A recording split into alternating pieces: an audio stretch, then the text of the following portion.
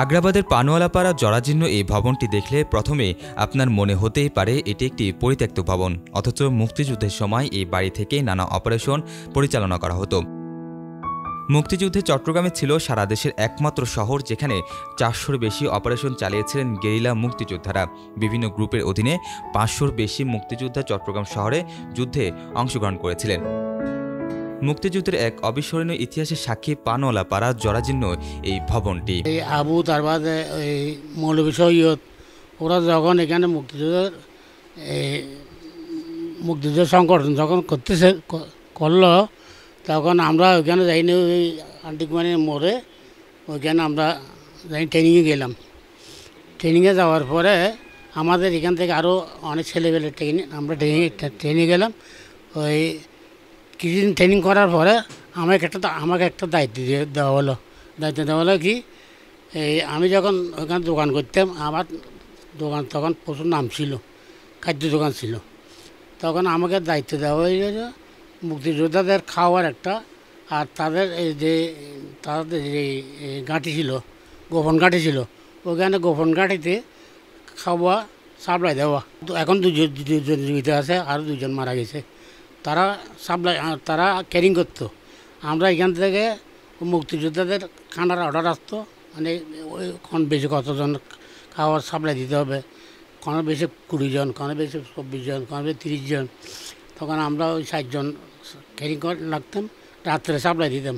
তখন তো এখানে বাড়িঘর ছিল না, 4তলা 5তলা 2তলা ছিল না। এখান থেকে লাস্তার কাটলে আদিবারের মধ্যে দেখা যেত, ওখানে কাটলে মরিবারের মধ্যে দেখা যেত। তখন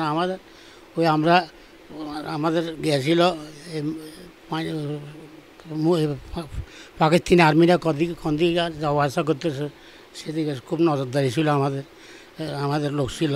বাংলাদেশের আর কোনো শহরে এত অধিক সংখ্যক অপারেশনের রেকর্ড নেই, আর চট্টগ্রামের এই সমস্ত অপারেশনের মূল নিয়ন্ত্রণ পরিচালিত হতো আগ্রাবাদের পানোয়ালাপাড়ার এই বাড়ি থেকে। চট্টগ্রামে গেরিলা যুদ্ধের প্রধান সংগঠক ছিলেন মৌলভী সৈয়দ, তিনি থাকতেন এই বাড়িতে। এই বাড়িতেই বৈঠক হতো চট্টগ্রাম শহরের গেরিলা যুদ্ধ পরিচালনাকারী সকল গ্রুপ কমান্ডারদের। এই বাড়িটি ছিল চট্টগ্রামের দুর্ধর্ষ মুক্তিযোদ্ধা আবু সাইদ সর্দারের পৈতৃক বাড়ি। তার বাবা আব্দুল হাই সর্দার একসময় বার্মায় ব্যবসা করতেন, সেই অর্থে বাড়িটি নির্মাণ করেছিলেন, কিন্তু 80-র দশকে তিনি বাড়িটি বিক্রি করে দেন। বর্তমানে বাড়িতে কয়েকজন ভাড়া থাকেন। আমি 23 বছর ধরে বাড়িটা সম্বন্ধে জানি যতটুকু সম্ভব। এই বাড়িটাতে বিভিন্ন আগে মুক্তিযুদ্ধ পরিচালনা করছি, বাড়িটি থেকে এখান থেকে সম্পূর্ণ দেওয়া হইতো, লিড দেওয়া হইতো অপারেশন বিভিন্ন জায়গায়। এখান থেকে কমান্ড অ্যালাউ করা হইতো, এখান থেকে যত যার যেখানে কমান্ড করতো তারা সেখানে যে বিভিন্ন ধরনের ক্লায়েন্ট করে এখানে আবার চলে আসতো। এই বাড়ির মূল মালিক এখনও নাই, এই বাড়িটা 2-3বার বেচা কিনা হয়েছে। এখন বর্তমানে আছে আব্দুল বাতেন, আর আছে আপনার একজন ইঞ্জিনিয়ার আছে, ওনার নাম হল মোহাম্মদ ফরিদ। মূলত মুক্তিযুদ্ধের কমান্ডারের বিল্ডিং ছিল, এখান থেকে যুদ্ধ পরিচালনা হইতো। তারপরে আমাদের আত্মীয় আমার মামু লন্ডন ও থেকে বিক্রি করে নিছে আর কি। বাড়িটার সম্বন্ধে আমরা যতটুকু জানি, যা শুনছি এটা জানি যে মুক্তিযোদ্ধার বাড়ি। প্রতি জানুয়ারি আসলে সবাই আসে, ভিডিও করে নিয়ে যায়, বলে যে এটার ভিতরে যুদ্ধ করছে, মানে থাকে সবাই কাজ করছে, মানে সবাই অত্যাচার উপচার এখানে হয়েছে অনেক কিছুই। হওয়ার পরও আমরা এখানে কেয়ারটেকার হিসাবে জমিদার আনি দিচ্ছি, আজকে 23 বছর আমরা এখানে থাকি। থাকা হিসাবে প্রতি মাসেই বলে যে বাড়িওয়ালা বিক্রি করে দিবে, কিন্তু বিক্রি হয় না, দাম দরে বনে না, আমাদেরকেও বেতন দিয়ে রাখছে ঠিক আছে, কিন্তু বেতন দিচ্ছে না, তার জন্য আমরাও যাইতে পারতেছি না। প্রতিদিন সন্ধ্যায় মুক্তিযোদ্ধারা এই বাড়িতে সমবেত হতেন। মুক্তিযুদ্ধের সময় মুক্তিযোদ্ধাদের আশ্রয়দাতা ছিল এই বাড়িটি।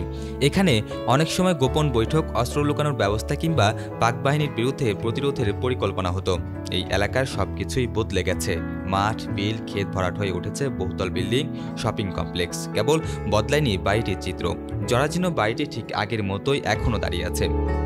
মুক্তিযুদ্ধের বহু স্মৃতি ধারণ করে আছে এই বাড়িটির প্রতিটি দেয়ালে দেয়ালে। এই বিল্ডিংটা রেকর্ডটা আছে যে একটা মুক্তিযোদ্ধারা এখানে আস্থান করতো, হ্যাঁ, এখানে বসবাস করতো, বাইরের থেকে আসতো।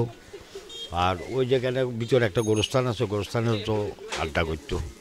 ওই দিক থেকে পাঞ্জাবেরা ওইখান থেকে আক্রমণ করতো, ওই মুক্তিযোদ্ধারা কাটিয়েছিল এই হতা।